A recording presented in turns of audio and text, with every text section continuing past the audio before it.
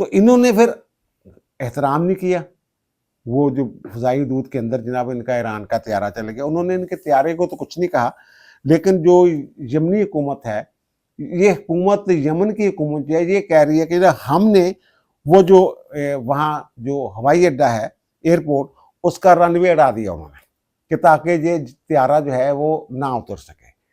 پھر یہ طیارہ جو ہے یہ عمان آیا واپس سر، اور عمان والوں نے اس کو اترنے کی اجازت دی، اور پھر وہاں سے وہ جو حوثی تھے، جو وفد تھا، اس کو بائی روڈ انہوں نے جناب یمن کی طرف روانہ کیا۔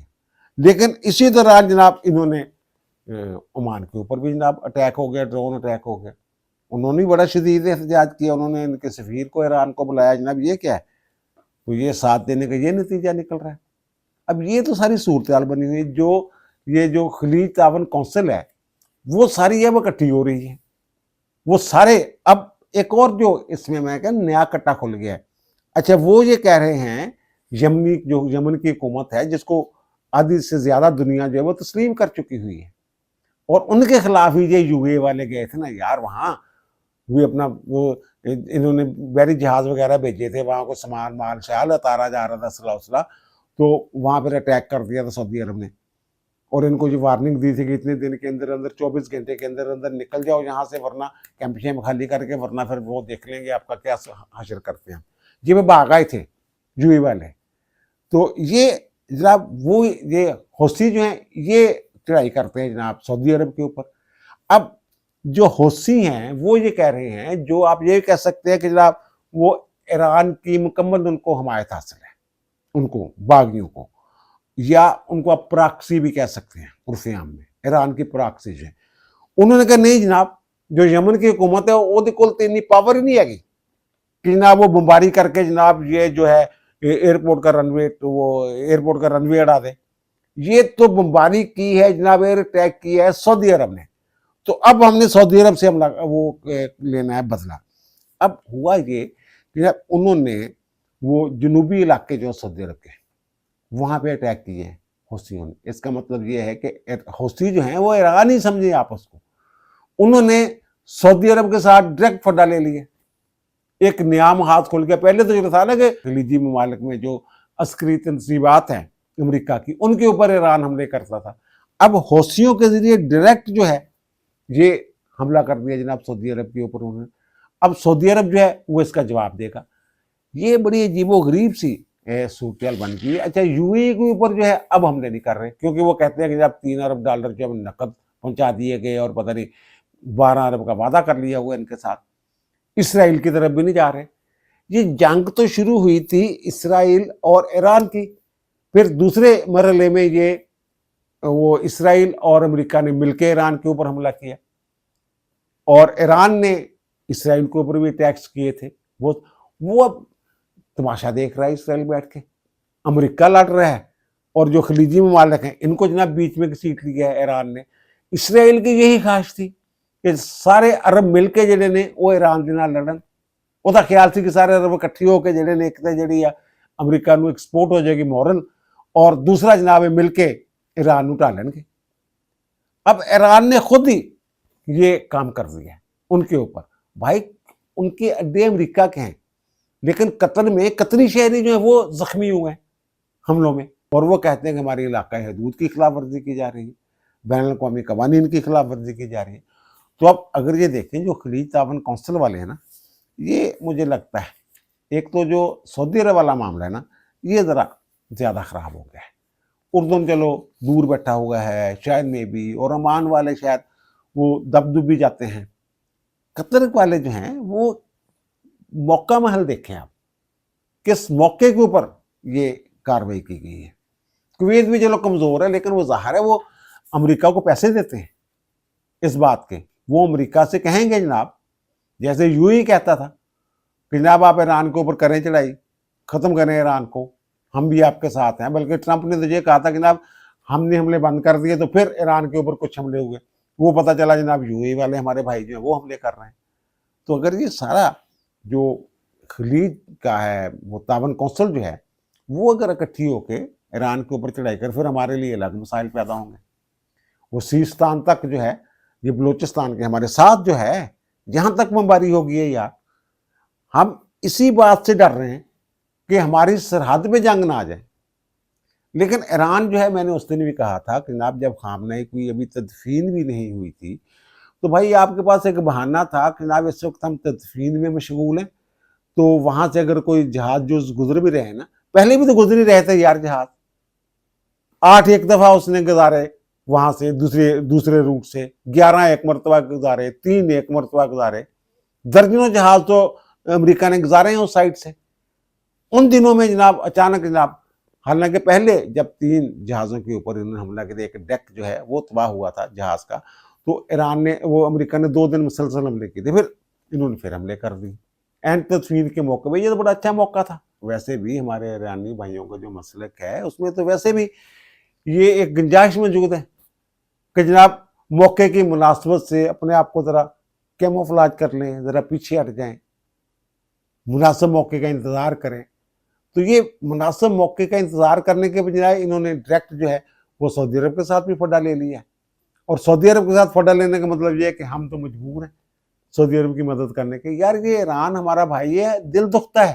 اب یہ جو معاملہ ہوا ہے کہ جب خلیج کے تمام ممالک کے ساتھ چھیڑخانی شروع کر دی، ہر طرف سے احتجاج کی سزائیں بلند ہو رہی ہیں، اور یہی اسرائیل کی کوشش تھی۔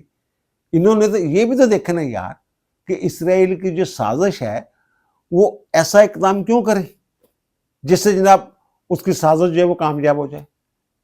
یہ ذرا سوچنے کی ضرورت ہے، یہ کیوں ایسا ہو رہا ہے یار۔ اب دیجیے مجھے اجازت، انشاءاللہ ملاقات ہوگی نئے ویلاگ کے ساتھ۔ اللہ تعالیٰ آپ پر، مجھ پر، ہم سب پر مہربان رہے۔ اللہ حافظ۔